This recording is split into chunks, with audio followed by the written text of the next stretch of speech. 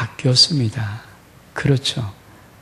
우리나라 날씨가 아열대로 바뀐다는 말을 계속 해왔고, 지금 우리가 지금 몇 년째 계속 아주 뭔가 바뀌었구나 이런 것을 알고, 여러분 그 태양들을 요새 이렇게 보십니까? 낮에 보면 정말 이 날씨가 어떤 날씨냐면요, 꼭 사이판 같은데 남태평양 같은 그런 섬들에서 느끼는 그런 날씨 느낌이에요. 뭔가 색깔이 다르고요, 뭔가 정말 날씨가 다릅니다. 이것은 우리에게 주는 의미가 있어요.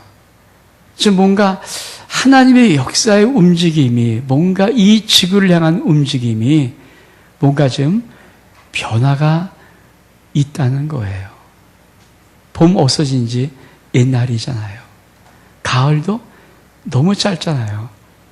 우리나라가 사시사철이 정말 뚜렷한, 사계절 뚜렷한 나라인데, 봄, 여름, 가을, 겨울에서 여름과 겨울이 많이 두각이 되고 봄과 가을은 슬쩍 지나간 듯한 그런 이미 날씨가 바뀌었습니다. 여러분, 우리가 정말 시대를 보면서, 환경을 보면서, 또 이 변화를 보면서 전 여러분의 삶 속에 무심코 그런 느낌이 아니라, 아, 정말 바뀐 게 맞구나, 뭔가 좀 변화가 있는 게 맞구나라는 그런 귀한 마음들이 있기를 주 이름으로 축복합니다. 아멘? 분명히 바뀌었어요. 그리고 이 바뀜이 또 언제 어떻게 될지 모르겠지만, 그러나 옛날 우리나라의 날씨처럼 사계절이 너무 뚜렷하고 또 겨울은 사만사온이 너무 뚜렷한 그런 날씨로는 안 갈 것 같습니다. 보통 대한민국 날씨가, 그렇죠, 6월 달이면 장마가 오기 시작해서 7월 달이면 장마 끝나고 불볕더위가 오고 8월 태풍이 오는 그런 거예요. 근데 지금도 기상청에서 이미 장마라는 단어를 안 씁니다. 그게 안 맞기 때문에. 그 단어를 이제 쓰지 않다고 그들은 해요. 여러분, 하나님께서 오늘 디모데후서 3장 이 말씀, 디모데후서라는 것은 사도 바울이 죽기 직전에 사랑하는 영적인 아들 디모데에게 썼던 마지막 편지입니다. 사도 바울은요, 복음을 전한 자예요. 여러분, 복음을 전하고 하나님의 나라를 소개했던 자입니다.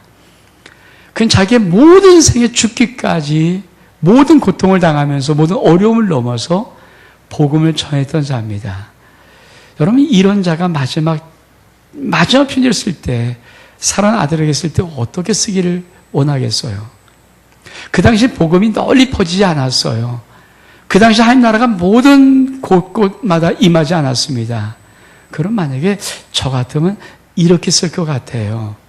앞으로 디모데야, 봐라, 이 복음이 모든 세계를 덮을 뿐 아니라 모든 나라들마다 하나님의 사랑으로 가득 충만해서 서로 사람들이 뜨겁게 사랑하고 정을 나누고 서로 돕고 협력하고 이해하고 막 그런 것들이 엄청 하나님 나라가 올 것이다, 이렇게 할 것 같아요.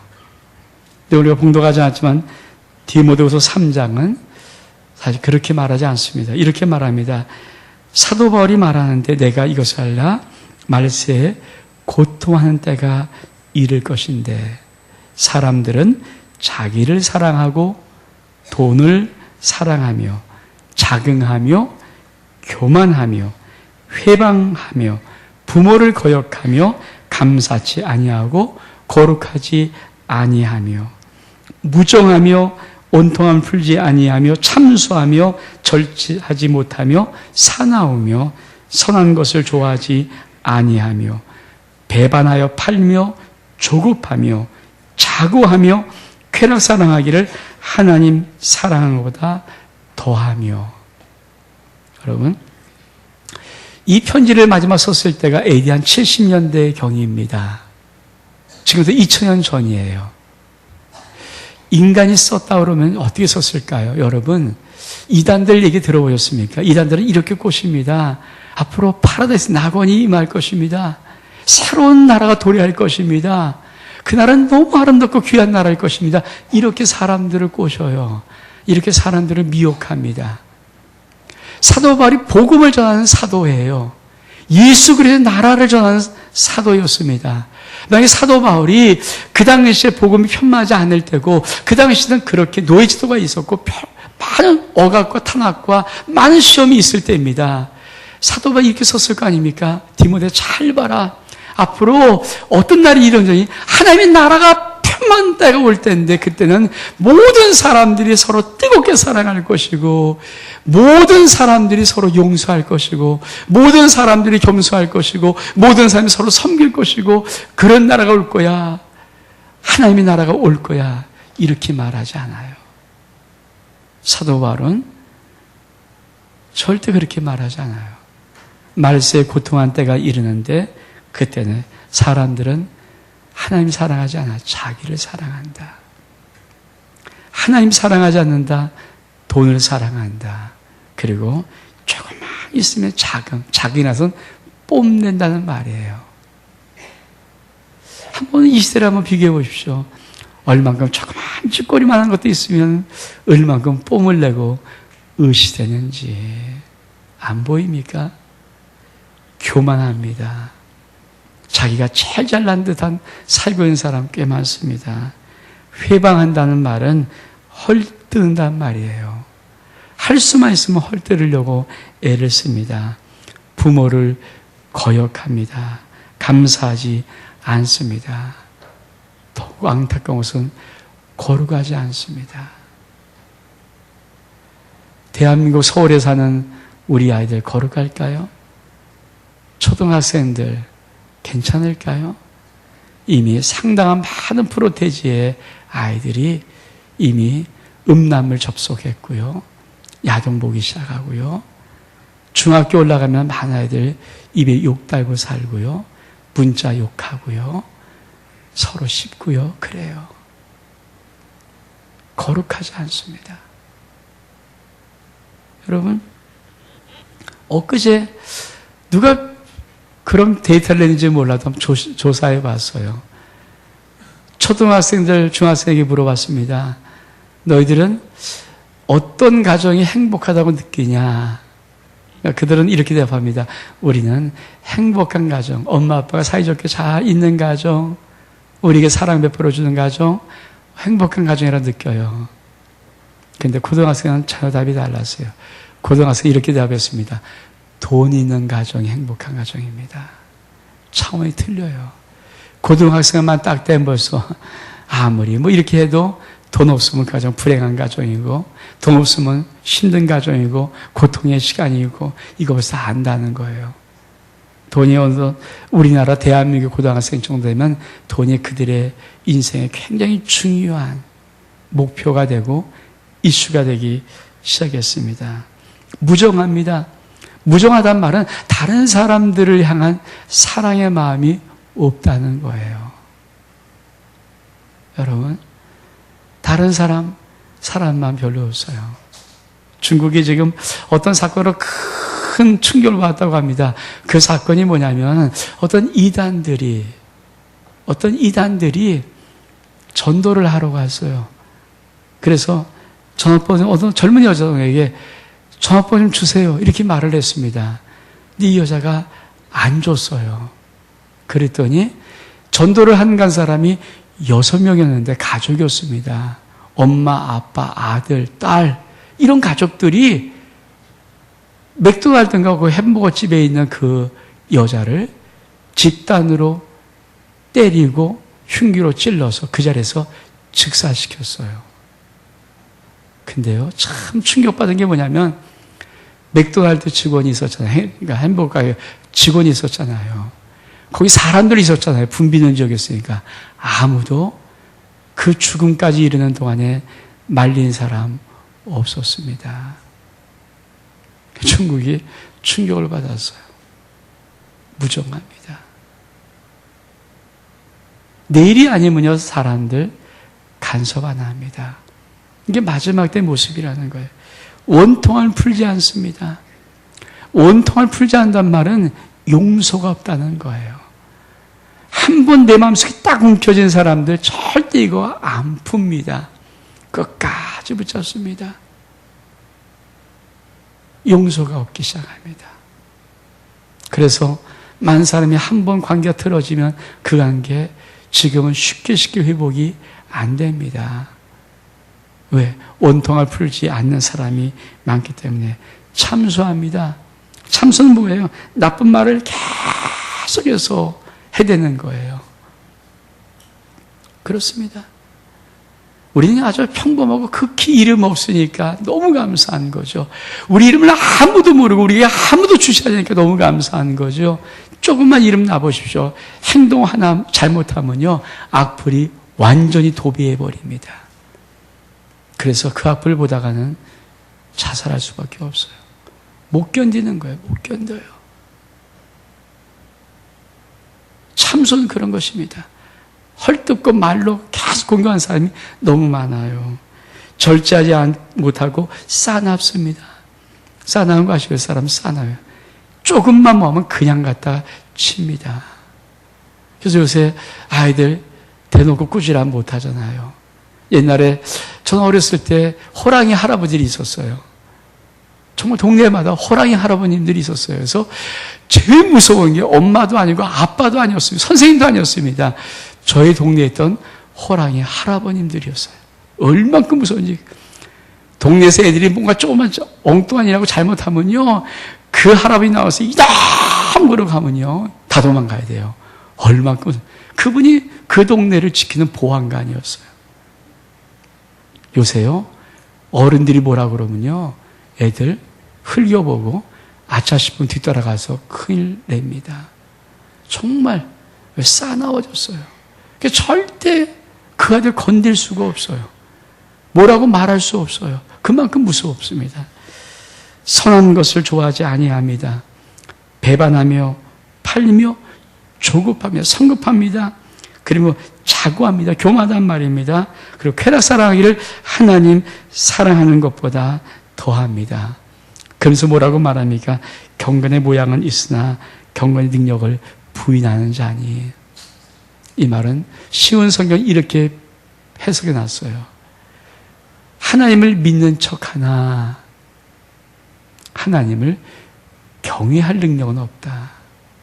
여러분, 하나님이 두렵습니까? 하나님이 무섭습니까? 하나님 사랑의 아버지 맞아요. 근데 또 한 가지, 하나님은 무서워요. 우리 하나님은 두려우신 분이에요. 그래서 우리 마음 좋으신 아저씨가 아닙니다. 우리가 했던 모든 것들을 그냥 갚아 버리시는 분이에요. 그래서 우리의 행동 거지, 우리의 말 굉장히 주의할 필요가 있죠. 이게 지금부터 2000년 전, AD 한 70년경에 사도 바울, 대사도가 마저 자기 죽음 직전에 사랑하는 영적인 아들 디모데에게 마지막 편지를 쓰면서 처음 본 뒤에, 앞으로 2000년 뒤의 세상에, 우리가 살고 있는 지금 이 세상에 사도 바울이 진단한 겁니다. 이게 말세에 고통한 때가 이런 때가 온다. 지금 2014년 6월 1일이에요. 여러분은 이때가 아니라고 단정할 수 있습니까? 내가 산 때가 이때가 아니라고 말할 수 있습니까? 저는 어떤 말도 이때가 아니라고 말할 수 없어요. 맞습니다. 2000년에 예언한 그대로 지금 말세가 이런 때입니다. 저와 여러분이 사는 때가 이런 때임을 우리는 기억해야 됩니다. 아멘? 그러면 여러분, 이 말세를 그러면 하나님은 어떤 계획을 갖고 있을까요? 그러면 이렇게 말세 고통한 때가 있을 때 하나님은 정말 마지막 그 말세 때 어떠한 대안을 갖고 있을까요? 그것이 바로 우리를 봉독한 본문의 말씀이에요. 14절 이렇게 말합니다. 그러나 너는 배우고 확신한 일에 거하라. 내가 네게서 배운 것을 알며 15절에 또 내가 어렸을 때 성경을 알았나니 성경은 너희 너로 하여금 그리스도 예수 안에 믿음으로 말미암아 구원에 이른 지혜가 있게 하느니라. 마지막은 어떻게 살 것인가? 말씀으로 살아야 합니다. 아멘. 전 여러분이 오늘 말씀으로 살아갈 수 있는 힘이 있기를 주의 이름으로 축복합니다. 근데 말씀으로 어떻게 살아야 될까요? 성경이 이렇게 말합니다. 15절 보니까 또 내가 어려서부터 성경을 알았나니. 여러분, 하나님 말씀은요, 어른 되어서 접하는 게 아닙니다. 하나님 말씀은 어려서부터 접하는 것입니다. 전 유대인들은 참 지혜가 있는 민족이라고 생각을 해요. 유대인들은요, 파피루스, 양피로 만든 그 성경책에다가, 우리 종이처럼 이런 종이가 아니잖아요. 양 껍질로, 양 가죽으로 만든 성경책을 갖고 있거든요. 거기다가 그들은 어린 아이를 볼 때는 성경 였다가 꿀을 발라 넣었어요. 그래서 아이가 이 성경을 이렇게 읽으면서 하나 좀 넘기려고 하면 꿀이 묻어요. 그래서 입에 넣으면 달달합니다. 그게 어려서부터 훈련이에요. 그래서 어려서부터 꿀, 제일 맛있는 꿀이 어디 있어요? 성경 속에 있어요.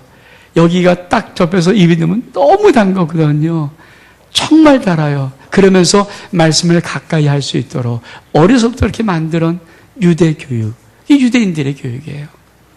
사랑하는 귀한 성도 여러분, 전 여러분들이 나이가 좀 드셨으면은 여러분의 귀한 손자들, 소녀들 기뻐할 때 이제 그 아이들이 들을 수 있는 나이가 되었고, 그들이 조금 말을 할 수 있고 조금 귀로 이해할 수 있는 정도가 되면 여러분 말씀을 가르쳐주고 말씀을 새겨줄 수 있기를 주의 이름으로 축복합니다. 그게 참 중요한 거예요. 말씀을 가르치는 게 말씀. 왜? 어려서부터 말씀을 가르치라는 거예요. 제가 여러분 지난 주간에 KBS에서 하는 프로를 하나 봤어요. 좀 궁금해서. 그 프로가 뭐냐면은 여러분 인간들은 계속 힘들고 어렵게 막 타락하고 있잖아요. 그런데 동물의 세계는 의외의 세계가 지금 막 일어나고 있는 것을 1시간 동안 다큐를 찍은 겁니다. 여러분 보셨습니까? 곰하고 사자하고 호랑이가 같이 지내요. 아니 야생동물하고 그냥 조금만 이상한 같이 지내요. 코뿔소하고 타조가 같이 지내요. 타조가 엄마예요. 코뿔소 엄마. 이런 것들을 아주 1시간 동안 전 세계에서 그런 현상들을 놓고 있는데 참 재밌더라고요. 여러분 동물들은요 본성을 이길 수가 없어요. 본성이 뭡니까? 그 동물들 태어날 때부터 먹게끔 되어 있어요. 약육강식실에서 먹이 사슬 아닙니까? 먹고 먹히는 거예요. 절대 여러분 배고플 때 인내하며 참는 거 없습니다. 배고프면 공격해서 먹어야 되는 거죠. 근데 이상하죠? 사자가 어른 사슴 한 마리를 자기가 길러요. 사슴 새끼 사자 안 무서워해요. 절대 안 무서워합니다. 엄마인 줄 알고 쫓아다녀요. 왜 그런가? 참 놀라운 것은요. 인간들이 실험을 해본 거예요. 어떤 실험을 해봤는가? 그 동물들에게 본능은 죽이는 본능이고 잡아먹는 본능입니다. 근데요, 동물들에도 모성의 본능이 있지 않을까. 그래서 연약한 새끼 때 그 사자 곁에 이렇게 사슴 한 마리를 이렇게 둬봤어요. 이 새끼는 일어나지도 못하고 막 허둥대는 거예요. 그리고 배는 게 없으니까 사자가 지 엄마인 줄 알고 막 갖다 들이미는 거죠. 근데 참 놀라운 것은요, 모성의 본능이 원래의 본능을 이겨버립니다. 그 어미 된 그 본능이 있잖아요. 이 본능이 자기가 잡아먹어야 될 목표물인데 먹인데 불구하고 이겨버려요. 그래서 사자가 이 사슴을 쥐새끼인 줄 알고 쥐새끼처럼 데리고 다니는 거예요. 이렇게. 그리고 사자 새끼랑 이 사자가 처음부터 어린 새끼가 놀았잖아요. 그러면 친구예요. 공격 대상이 아니라 친구예요. 곰도 그렇고. 그리고 타조가 코뿔소를 길러요. 타조 엄마가 코뿔소를 기르고, 그럼 고양이가 오리 새끼를 젖먹이고. 과거에 깜짝 놀랐어요. 여러분, 어려서 같이 놔두니까 놀라운 것은 본성을 이깁니다. 여러분, 성경에서 이런 말을 하는 거예요. 내가 어려서부터 성경을 알았나니? 이런 거예요. 내가 어려서부터 성경을 알았다. 디모데는 어려서 성경을 알았다. 이게 왜 중요한가? 어려서 말씀을 가르쳐주면 그 말씀이 그 인생을 붙잡습니다. 그 인생을 꽉 보호합니다. 그 인생을 축복합니다. 전 여러분에게 이런 은혜가 가정마다 있기를 주 이름으로 축복합니다. 그래요. 그래서 어려서부터 하나님에 대한 기도를 길러주고 말씀을 펴서 읽혀주고 말씀을 들려주고 그럴 때는 박수 쳐주고 손잡아 기도하는 모습을 가르쳐주고 그렇잖아요. 그러면서 이 아이들이 신앙이 놀랍게 자라는 거예요. 왜 성경은 이렇게 말씀합니다. 내가 어려서 성경을 알아내니 이 성경이 너로 하여금 그리스도 예수 안에는 믿음으로 말미암아 구원에 이른 지혜가 있게 하느니라. 그러면서 16절에 모든 성경은 하나님의 감동으로 된 것으로. 모든 성경은 뭐라고요? 하나님의 감동. 하나님의 감동이란 말은 하나님의 생명이 있을 뿐 아니라 하나님의 호흡이 있다는 거예요. 하나님이 그 모든 성경을 말씀하셨어요. 여러분, 인간의 말, 사람 바꿉니다. 성경, 하나님의 말씀은요, 사람을 완벽히 뒤집어 놓습니다. 전 그런 은혜가 여러분 심령 속에 있기를 축복합니다. 여러분, 계속 내가 어떤 말씀, 어떤 말을 선포하는 것도 인생을 바꿀 수 있어요. 이 세상은 뭐라고 합니까? 신념의 기적이라고 말합니다. 신념의 기적이 있습니다. 그 신념이란 말은 계속 내가 어떤 말을 통일하게 선포하면 그 말이 내 인생을 바꿔나간다는 거예요. 그러나 여러분, 신념의 기적에는 한계가 있어요. 안 될 때가 더 많아요. 근데 하나님 말씀 우리 속에 떨어지면요, 그 말씀에 밭이 되어 밭에 떨어진 우리 심령을 움직여서 아버지의 말씀 그대로 이루시는데, 주님 뭐라고 말씀했습니까? 천하의 모든 아버지의 말씀은 1.1획도 없이 다 이룬다고 약속해 놓으셨습니다. 이 복이 여러분 심령 속에 있기를 주의 이름으로 축복합니다. 그래서 말씀으로 부모와 자녀를 축복하는 거예요. 말씀으로 아이들을 가르치는 거예요. 말씀을 주는 거예요. 가정에서 할아버지 할머니가 말씀을 읽혀주는 거예요. 여러분, 아이들 속에 가장 큰 은혜가 뭔지 아십니까? 제일 좋은 건 아버지가 옛날 이야기, 엄마가 옛날 이야기를 들려주는 거예요. 근데 더 놀라운 축복이 뭘까요? 성경의 이야기를 드라마틱하게 각색을 해서 자는 아이의 엄마가 아빠가 들려주시다면 최고의 축복입니다. 요새 많은 사람들이 이제 스마트폰을 버리라고 합니다. 텔레비를 버리라고 합니다. 왜 그런가? 여러분, 본 것은요, 뇌에 발달을 못 가져와요. 사람은 오디오로 들어야만 됩니다. 들어야 무한한 상상력이 발휘되는 거예요. 여러분, 내가 본능으로 찍었던 이것은요, 절대 우리 인생을 바꾸지 않습니다. 그냥 찍히는 거로 끝이에요. 근데 들은 소리는요, 무한한 상상력이 발휘가 돼요. 저도 어렸을 때 전 라디오 시대거든요. 라디오에 참 많은 걸 들었어요. 진짜 마음에 들었어요. 근데 지금도 제가 라디오 들으면서 우리나라 감격시대 이 주먹잡이들 있잖아요. 그들 그 라디오로 막 풀어내가면 얼만큼 멋있는지. 전 지금도 있지 않은 한 인물이 있어요. 다람쥐라는 인물 혹시 들어보신 적 있습니까? 다람쥐라는 인물은 얼만큼 놀라운 환상적으로 싸움을 잘했냐면 앉은 자리에서 그냥 10m로 올라간대요. 근데 그 라디오에서 그렇게 말하는 거예요. 제가 말한 게 아니라. 그러면요, 상상이 됩니까? 그 자리에서 10m를 전 그때 그거 믿었어요. 사람이 10m로 앉아서 훅 올라갈 수 있다고 생각을 했거든요. 근데 그러고 보니까 무협지만 나오더라고요. 무협지만 나오는 소리고. 사람은 장대를 갖고도 이거 여러분 6m 정도밖에 못 올라가요. 장대를 짚고 올라가는 것도.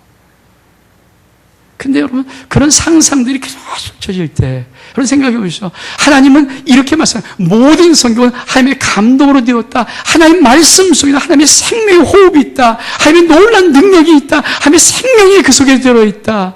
그거를 할아버지 할머니가 손자 손녀에게 들려줄 수만 있다면, 아니 엄마 아빠가 자기 자식에게 그 성경 말씀을 들려줄 수 있다면, 여러분, 위인전 많이 읽어도 솔직히 말해서 위인 되거든요. 똑똑한 아이들 위인전 많이 읽은 아이들 아닙니까? 그러나 하나님 말씀을 읽고 들려주면 그 아이들은 위인을 넘어서 하나님의 거룩한 위대한 용사가 됩니다. 아멘?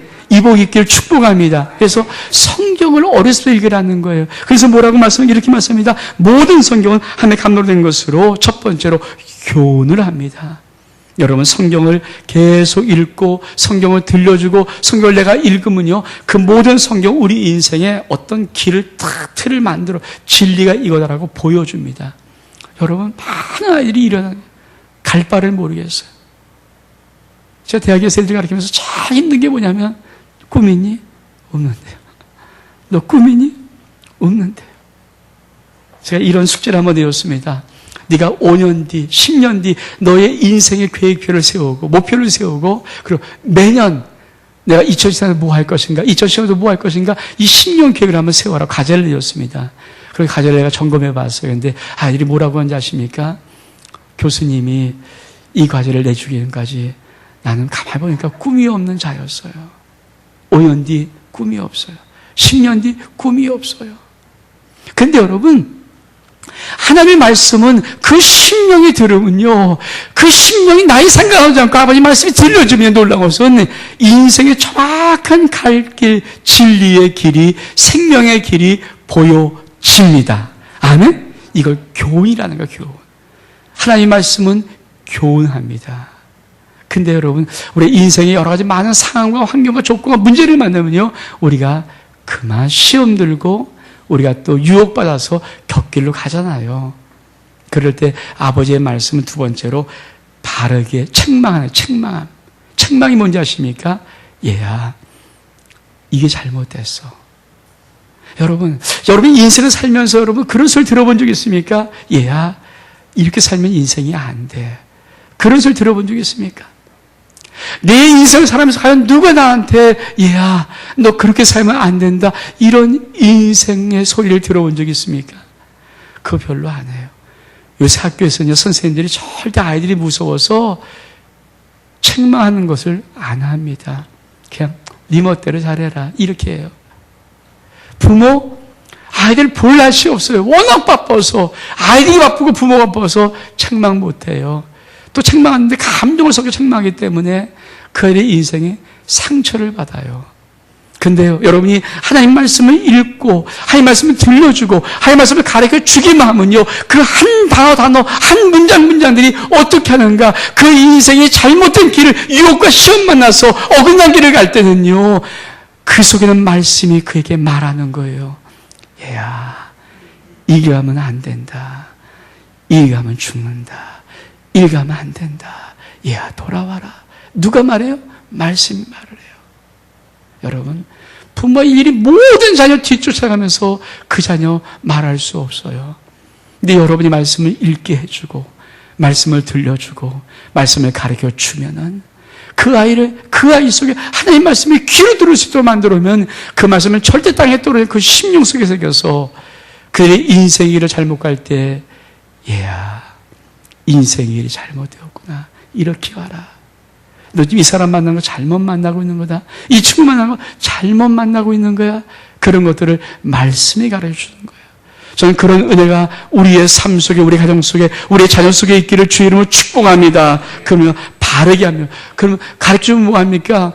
돌아갈 능력이 없는데요, 많은 사람이 그거 잘못된 거 알아요, 그거 나쁜 거 알아요. 근데 돌이킬 힘과 능력이 없어요. 근데 말씀은 어떤 것인가? 그것을 바로잡는 힘이 있습니다.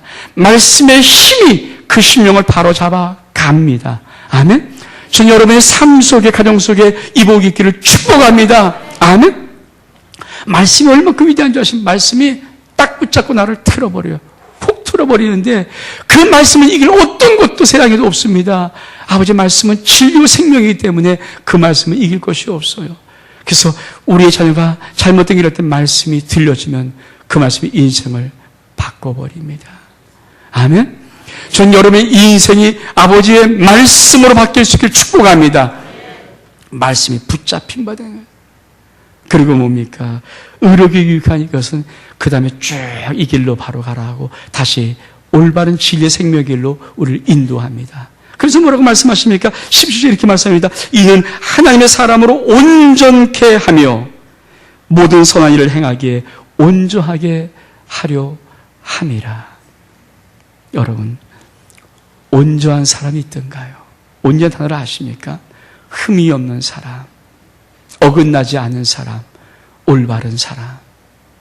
저는 어떤 한 분이 최근에 인생에서 다시 올 수 있는 놀란 하나의 기회를 잡았어요. 그것은 국무총리 후보의 지명을 받았습니다. 여러분, 다시 오는 게 아닙니까? 이 생을 살아가는 인생 속에서 국무총리 후보가 될 수 있는 사람이 몇 명 될까요? 아무나 오는 기회가 아닙니다. 정말 인생을 힘들게 올곧게 몸부림쳐 살아서 무엇인가는 가지고 있는 자들에게는 그런 기회가 주어지는 거죠.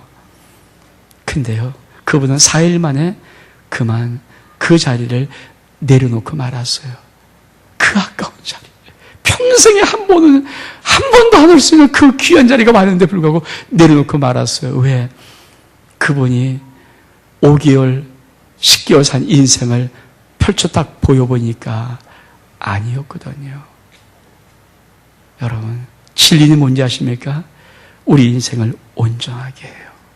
하나님의 생명을 쓰 우리의 말씀을 인생을 온전케 합니다. 여러분의 자녀의 인생에 어떤 일이 있을지 아무도 모르지만 아버지 말씀을 심어주면 여러분 자녀들이 인생에 어떤 하면 노는 축복된 기회가 올 때 그 자리를 놓치지 않습니다. 저는 참 안타깝더라고요.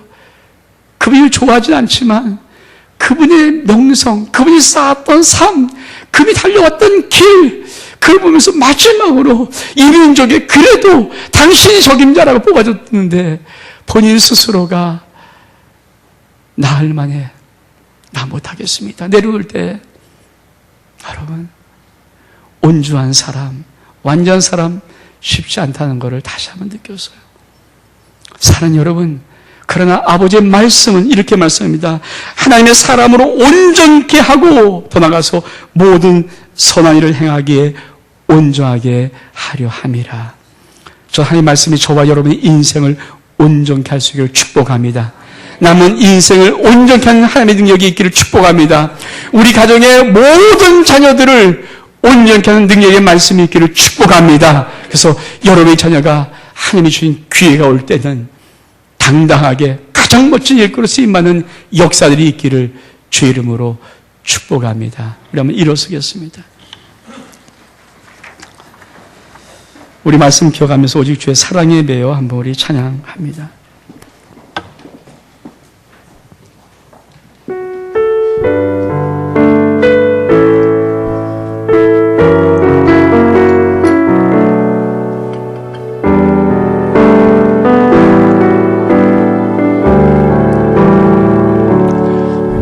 오직 주의 사랑에 내 영 기뻐 노래합니다. 이 소망의 언덕 기쁨의 땅에서 주께 사드립니다. 오직 주의 인재 아래 갇혀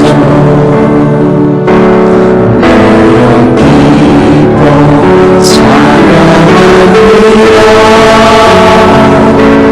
이 소명의 언덕 거룩한 땅에서 주께 건네드립니다. 주께서 주신 모든 은혜 나는 말할 수 없네. 내 영혼 즐거이 주 따르렵니다.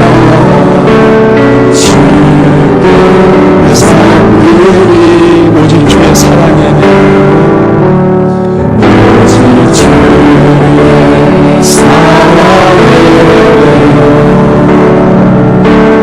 내 영 기뻐 노래합니다. 이 소망의 언덕 기쁨의 땅에서 주께